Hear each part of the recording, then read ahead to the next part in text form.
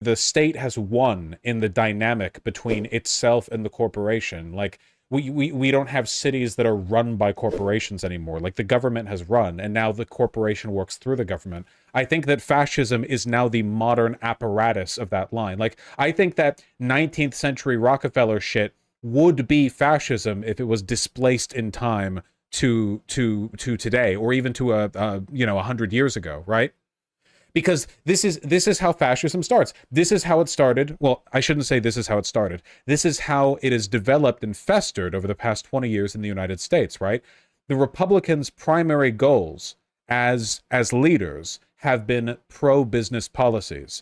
Everything else has been secondary to that. The problem is, when 99% of your voters are proletarian, it's really difficult to get them to vote in favor of curtailing their own interests over and over and over again. So how do you convince these poor Appalachian coal miners to vote for, policies that'll make their life harder? Well, you lie to them, of course, and you distract them. Historically, you distract them with racial issues, right? But as time goes on, as you build and build on these cultural divides as a way of convincing people to vote against their economic interest, the culture war starts taking greater prominence in the minds, not just of the voter, but of the politician, right?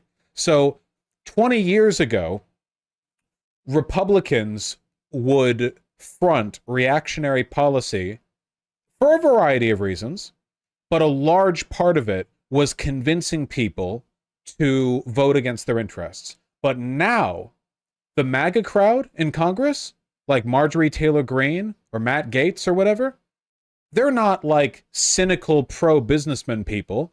I think they would sell America's economy down the river if it meant being racist enough, Past a point, it stops being about, oh, well, all of this is like a distraction from the tax break for the wealthy or whatever.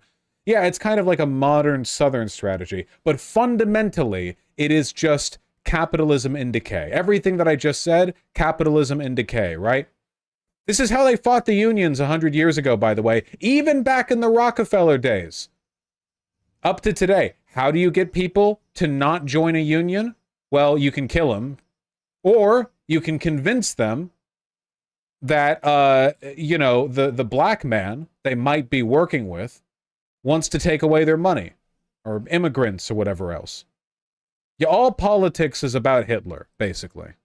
Conservatives and centrists who hate the poor and who hate the greedy leeches. Didn't you see that Hitlerite poster that I put up? Like, this is a fun... And if you disagree with me on the fascist thing, the idea of, like, parasites leeching off society, this is, like, textbook fascist rhetoric. And if you're thinking, well, if it's fascist, why do so many conservatives believe in it then? Well, I don't know. I don't know. I don't know. Nobody knows. Look, I'll just leave you with the cleanest example of this dynamic that I have ever examined in history, which is the welfare queen.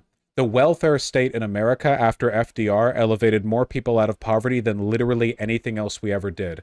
And when Reagan came around in the 80s, and I'm simplifying a bit, but, they want to crack down on the welfare state. They want to crack down on government assistance, So how do you convince poor voters? Because a lot of Republican voters are poor, right? How do you convince poor voters to vote in favor of politicians who will take their rights away? You tell them that the blacks are also getting those benefits, that they're eating lobster and steak and driving around Lambos off of money they didn't earn. And like that, kablamo. Conservative support for welfare drops to negative 5 million%. That's all it took. Vaush, don't conflate fascism with authoritarianism, by the way. Easy mistake. I'm not. We're not talking even remotely about government authority at all. None of this has anything to do with the ability of the state to intervene in your life. We're talking about, like, the cultural attitude towards leeches